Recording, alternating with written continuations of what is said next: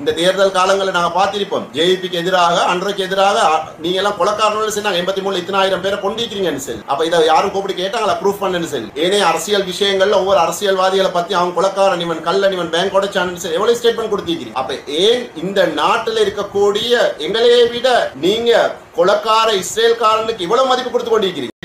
எதிராக அந்த பயங்கரவாதத்துக்கு எதிராக நாம் குரல் கொடுக்கிறது ஸ்டிக்கர் ஒட்டுறது இந்த நாட்டுடைய பொருளாதாரத்துல வீழ்ச்சி ஏற்படாது. ஏன்னா இது வந்த கேள்விகள். அது மட்டும் இல்லாம இந்த நாட்டுல மதங்களுக்கு இடையில பிரச்சனை உண்டு பண்ணுவோமா, இதனால ஒரு பிரச்சனையும் வரப்போறது இல்லை. ஏன்னா நாங்க இந்த இடத்துல எந்த மதத்தையும் தாக்கி பேசல. எங்களுடைய கேள்வி என்னன்னு சொன்னா, இஸ்ரேல எப்படி நாங்க ஒரு பயங்கரவாத நாடா சொல்றோம், எப்படி இதுக்கு எதிராக நாங்க எங்களுக்கு ஸ்டிக்கர் ஒட்டேன் போஸ்டர் ஒட்டேன். அடுத்தது ஜோ பைடனும் நெத்தன்யாவும் ட்ரம்பும் எப்படி நீங்க டெரரிஸ்ட் சொல்லுவீங்க என்றைத்தான் அவர்கள் கூறினார். அவர்கள் என்கிட்ட தொடர்ந்து கேட்கக்கூடிய கேள்வி. பிஸ்மில்லாஹிர் ரஹ்மானிர் ரஹீம். இன்று மார்ச் 29ஆம் தேதி 28 மணி. அன்பார்ந்த இஸ்லாமிய சகோதரர்களே, இலங்கையர்களே, உங்களுக்கு தெரியும் 27ஆம் தேதி வியாழக்கிழமை நைட்டில் நாங்கள் ஒரு வீடியோ ஒன்று போட்டிருந்தோம். 29ஆம் தேதி பின்னேரம் போலீஸ் ஹெட் குவார்ட்டர்ஸுக்கு முன்னுக்க ஒரு ஆர்ப்பாட்டம் ஒன்று செய்கிறேன்னு சொல்லி ஏற்கனவே இஸ்ரேலுக்கு எதிராக ஸ்டிக்கர் ஒட்டினேன்னு சொல்லி ஒரு இளைஞனை டிஐடியால டியோ அடிச்சு வச்சு கொண்டிருக்கிறாங்க. இந்த இளைஞனை விடுதலை செய்ய சொல்லியும் அத்தோட இஸ்ரேலுக்கு எதிராக நாங்கள் 10,000 ஸ்டிக்கர் ஒட்டுற கேம்பெயினை ஸ்டார்ட் பண்ணுவோம்னு சொல்லி அந்த அடிப்படையில் 28ஆம் தேதி கிட்டத்தட்ட ஒரு 2:30 மணி 3 மணிக்கு நாங்கள் ஒரு 3 ஸ்டிக்கர் ஒட்டி ஃபேஸ்புக்கில் போட்டிருந்தோம். மூத்தபாலியில் எங்களோட பார்ட்டி ஆஃபீஸில் ஒட்டி ஃபேஸ்புக்கில் போட்டிருந்தோம். அதனை தொடர்ந்து 28ஆம் தேதி 3:30 மணியிலிருந்து இன்று இந்த நேரம் வரையில தொடர்ந்து போலீசார் எங்களோட ஆஃபீஸுக்கு எங்களைய தேடி வாரதும் ஸ்டேட்மெண்ட் எடுக்கணும் இப்படித்தான் இருந்துச்சு. அதில் முதல் கட்டமாக மாளிகாவத்த போலீஸார் ஒரு 15-20 பேர் வந்தாங்க. வந்து இதை எதுக்காக வேண்டி ஒட்டுறீங்க, எதுக்காக வேண்டி ஆர்ப்பாட்டம் செய்யுங்க, இந்த ஸ்டேட்மெண்ட் எடுத்துட்டு போனாங்க. பிறகு கொழும்புல இருக்கிற புலனாய்வு பிரிவினர் சேர்ந்த பலரும் 2 பேரா வந்தாங்க. ஸ்டேட்மெண்ட் எடுத்தாங்க, என்னத்துக்கு ஆர்ப்பாட்டம் செய்ய போறீங்க, என்னத்துக்கு ஸ்டிக்கர் ஒட்ட போறீங்கன்னு சொல்லி. அதனை தொடர்ந்து மாளிகாவத்த போலீஸ் ஓவைசி பேசியிருந்தாரு, அவரை சந்திக்க வர சொல்லி. அப்ப 28ஆம் தேதி நேற்று நான் நோம் திறந்து அவர்கிட்ட போயிட்டு பேசிக்கொண்டிருந்தோம். அப்ப அவர் தெளிவான கருத்துல இருந்தாரு, இந்த நாட்டுல யாருக்கும் சம உரிமை இருக்குது, ஜனநாயக நாடு இது, யாரும் இதுக்கு எதிராக இஸ்ரேலுக்கு எதிராக குரல் கொடுக்கலும் பலஸ்தீனா ஆதரிக்கலும்னு சொல்லி. ஆனாலும் அவங்கள்ட்ட சொல்லி போட்டு இது ஏதாவது செய்யறேன்னா சொல்ல சொல்லி ஒரு புத்திமதி சொல்லி அனுப்பினார். பிறகு இரவு 8 மணி ஆகிற நேரம் போலீஸ் தெமட்டபடையில் இருக்கக்கூடிய சிசிடியால குற்றப்புலனாய்வு பிரிவினர் வந்தாங்க. வந்து என்னத்துக்கு ஸ்டிக்கர் ஒட்டுறீங்க, என்னத்துக்கு ஆர்ப்பாட்டம் செய்றீங்க, அவர்களுடைய கேள்வியும் இதாகத்தான் இருந்துச்சு. பிறகு நேற்று இரவு 12:30 மணிக்கெல்லாம் என்னோட புதுக்கல்ல இருக்கக்கூடிய மாமிட வீட்டுக்கு சிசிடியால போயிட்டு இருக்கிறாங்க. நான் இந்த அட்ரஸ்ல தான் இருக்கிறேன்னு சொல்லி அதை உறுதிப்படுத்திக் கொள்ள. பிறகு இன்றைக்கு 29ஆம் தேதி காலையில 11:30 மணி இருக்கும் வளமை போல நாங்கள் ஆபீஸுக்கு வந்திருக்கிறோம். குற்றப்புலனாய்வு பிரிவால கிட்டத்தட்ட ஒரு 15 பேர் புதுக்கல்ல இருக்கக்கூடிய என்னோட மாமி வீட்டுக்கு போயிட்டு வீட்டை ஃபுல்லா ரேட் பண்ணிருக்கிறாங்க. வீட்டுல போஸ்டர் எதுவும் வச்சிருக்கிறோமா, ஸ்டிக்கர் வச்சிருக்கிறோமாண்டு. பிறகு எங்களோட ஆபீஸுக்கும் வந்தாங்க. நுகர் தொகுதிக்கு பின்னால் கிட்டத்தட்ட ஒரு மணி இருக்கு.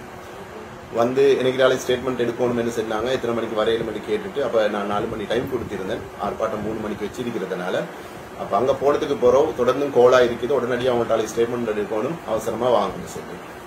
பிறகு நான் 2:30 மணிக்கெல்லாம் அந்த இடத்துக்கு போனா எங்களோட நான் இருக்கக்கூடிய வெள்ளம் வீட்டில் இருக்கக்கூடிய ஊட்ட செக் பண்ணணும்னு சொல்லி வாங்க போகணும்னு சொல்லி அவர்களோட என்னை கூப்பிட்டு போனாங்க.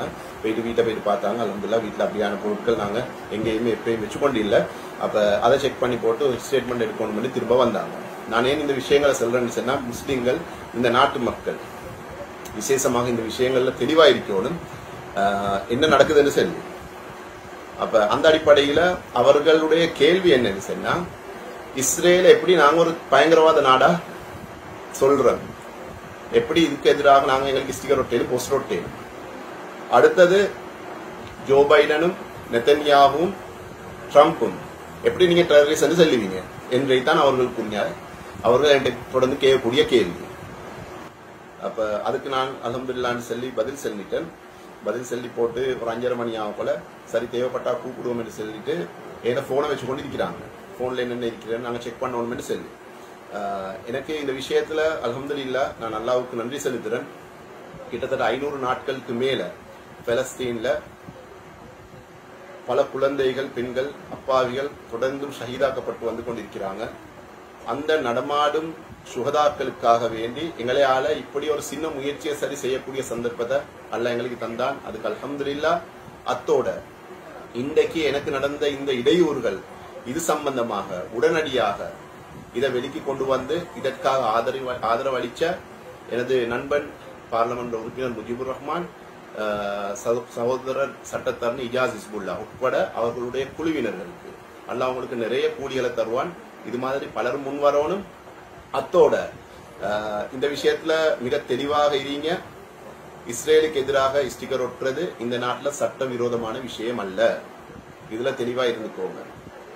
அத்தோட இந்த பாதுகாப்பு பிரிவினருக்கு நான் சொன்னதும் தான் இப்போ உங்கள்கிட்ட சொல்றேன், நீங்களும் சொல்லுங்க, எல்லாத்துக்கும் தெரிஞ்ச விஷயம்தான். நாங்க இந்த நாட்டுல பலஸ்தீனுக்கு ஆதரவா இருக்கிறது இந்த நாட்டுடைய பொருளாதாரத்துக்கு ஒருபோதும் வீழ்ச்சி ஏற்படுத்த மாட்டுச்சு, நெருக்கடி ஏற்படுத்த மாட்டுச்சு. இஸ்ரேலுக்கு எதிராக, அந்த பயங்கரவாதத்துக்கு எதிராக நாம் குரல் கொடுக்கிறது, ஸ்டிக்கர் ஒட்டுறது இந்த நாட்டுடைய பொருளாதாரத்துல வீழ்ச்சி ஏற்படாது. ஏன்னா இது வந்த கேள்விகள். அது மட்டும் இல்லாம இந்த நாட்டுல மதங்களுக்கு இடையில பிரச்சனை உண்டு பண்ணுமான்னு சொல்லி இதனால ஒரு பிரச்சனையும் வரப்போறது இல்லை. ஏன்னா நாங்க இந்த இடத்துல எந்த மதத்தையும் தாக்கி பேசல. கொலைக்காரன் செல்றோம் பகிரங்கமாக 500 நாட்கள்ல 50,000 பிள்ளைகளை பெண்களை கொண்டிருக்கிறான். கொலைக்காரன் செல்ற இதைத்தான் சொல்லிக் கொண்டிருக்கிறான். இதைத்தான் இவர்கள் செல்றாங்க, இதை செய்ய வேணும் என்று சொல்லி. அப்ப கவலையான செய்தி என்னன்னு சொன்னா, முஸ்லிம்களே, புத்திஜீவிகளே, சட்டத்தரணிகளே, தனவந்தர்களே, ஒரு விஷயத்தை விளைங்கோங்க, சீரியஸா எடுத்துக்கோங்க. இந்த நாட்டுல இன்றைக்கு என்ன தெரியுமா நிலைமை? இஸ்ரேல்ல இருக்கக்கூடிய, இஸ்ரேல சார்ந்த பிச்சைக்காரனுக்கு இருக்கக்கூடிய மதிப்பு எங்கட நாட்டுல, இந்த நாட்டுல 1000 வருடம் வரலாறு உள்ள இந்த நாட்டுல இன்று வரைக்கும் எத்தனையோ டிபார்ட்மெண்ட்ல ஒவ்வொருத்தர் வேலை செஞ்சு ஓடிக்கிறாங்க. விசேஷமா பாதுகாப்பு தரப்பும் புலனாய்வு பிரிக்கும் செல்றேன். நீங்க சம்பளம் எடுத்துக்கொண்டு செய்யற வேலைய அதை விட அதிகமான வேலை இந்த நாட்டுக்காக வேண்டி செஞ்சு கொண்டிருக்கிறோம். எந்த எதிர்பார்ப்பும் இல்லாம நாட்டுக்காக வேண்டி. இப்படியான கட்டத்தில் இந்த நாட்டு முஸ்லிம்கள் நீங்க எப்படி ட்ரீட் பண்றதை விளைவிக்கோங்க.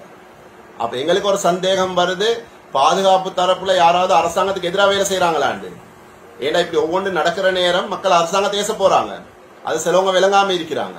அதனால தயவு செஞ்சு செல்றேன், இந்த விஷயத்துல தெளிவாக இருங்க. இப்படியான அச்சுறுத்தல்களை தந்து பலஸ்தீனுக்கு ஆதரவான குரல், இஸ்ரேலுக்கு எதிரான குரலை நிப்பாட்டலும் என்று மட்டும் நினைக்க வேணும். அது நடக்காது. ஏண்டா இஸ்ரேல் பலஸ்தீன் என்றது, பைத்துல் முகத்தஸ் என்றது எங்கட ஈமானோட எங்கட மார்க்கத்தோட சம்பந்தப்பட்ட விஷயம். நாங்க இங்க அனுரே பயங்கரவாதின்னு செல்லல, மஹிந்த ராஜபக்சே பயங்கரவாதின்னு செல்லல, ரணில் விக்ரமசிங்கே திரஸ்தவாதின்னு செல்லல. எவன் கொலை செய்யறான் அவனை தான் சொல்லிக் கொண்டிருக்கிறான். அப்ப இதை உறுதிப்படுத்தியலுமான்னு வேற கேட்கிறான் என்கிட்ட. உறுதிப்படுத்துறதுக்கு எத்தனையோ ஆதாரங்கள் எங்கள்கிட்ட இருக்கிற. அப்ப ஒவ்வொருத்தரும் இந்த நாட்டில் எவ்வளவு ஸ்டேட்மெண்ட் கொடுக்குறீங்க, இந்த நாட்டில் உள்ளவங்களுக்கு எதிராக எவ்வளவு ஸ்டேட்மெண்ட் சொல்லிக் கொண்டிருக்கிறீங்க. இந்த தேர்தல் காலங்களில் நாங்க பார்த்திருப்போம், ஜேவிபிக்கு எதிராக, அன்றைக்கு எதிராக நீங்க எல்லாம் கொலைக்காரர்கள் சொன்னாங்க, 83 இத்தனாயிரம் பேரை கொண்டிருக்கிறீங்கன்னு சொல்லி. அப்ப இதை யாரும் கூப்பிட்டு கேட்டாங்களா ப்ரூஃப் பண்ணுன்னு சொல்லி? ஏனைய அரசியல் விஷயங்கள்ல ஒவ்வொரு அரசியல்வாதிகளை பத்தி அவங்க கொலைக்காரன், இவன் கல்லன், இவன் பேங்க் உடைச்சான்னு சொல்லி எவ்வளவு ஸ்டேட்மெண்ட் கொடுத்திருக்கிறீங்க. அப்ப ஏன் இந்த நாட்டில் இருக்கக்கூடிய எங்களையே விட நீங்க கொலைக்கார இஸ்ரேல்காரனுக்கு இவ்வளவு மதிப்பு கொடுத்து கொண்டிருக்கிறீங்க? இதோட பின்னணி என்னன்றத நிச்சயமாக என்னைய விட தகுதியானவங்க இந்த நாட்டுல ஏராளமா இருக்கிறீங்க, சட்டத்தரணிகள், அரசியல்வாதிகள். இந்த அரசாங்கத்துக்கிட்டையும் பாதுகாப்பு தரப்பினத்தையும் கட்டாயம் கேளுங்க. எங்கட வேலையை நாங்க இன்ஷா அல்லாஹ் தொடர்ந்து செஞ்சு கொண்டு போவோம். ஏன்னா மொபைல் போனையும் எடுத்து வச்சிருக்கிறாங்க, செக் பண்ணணும், பிடிக்கணும், அது ஒரு பிரச்சனையும் இல்லை எனக்கு. அதுல சட்டவிரோதமான ஒண்ணுமே நாங்க செஞ்சது இல்லை. அதனால அது ஒரு பெரிய இஷ்யூவான விஷயம் இல்லை. யாரும் அந்த நம்பருக்கு கால் அடிக்க கூட, மெசேஜ் போடக்கூடாதுன்றதுக்காக நான் சொல்லிக் கொள்றேன். நாங்க இந்த விஷயத்துல உறுதியாகிறோம். அந்த வாலிபன் விடுதலை செய்யப்படணும்.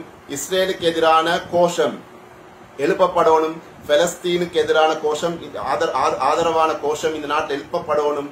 இதுல எங்களுக்கு இடையில எந்த மாற்று கருத்தும் பின்னடைவும் இல்லை என்றத இந்த நாட்டு மக்களுக்கு சொல்லிக் கொள்கிறோம். வசலாம்.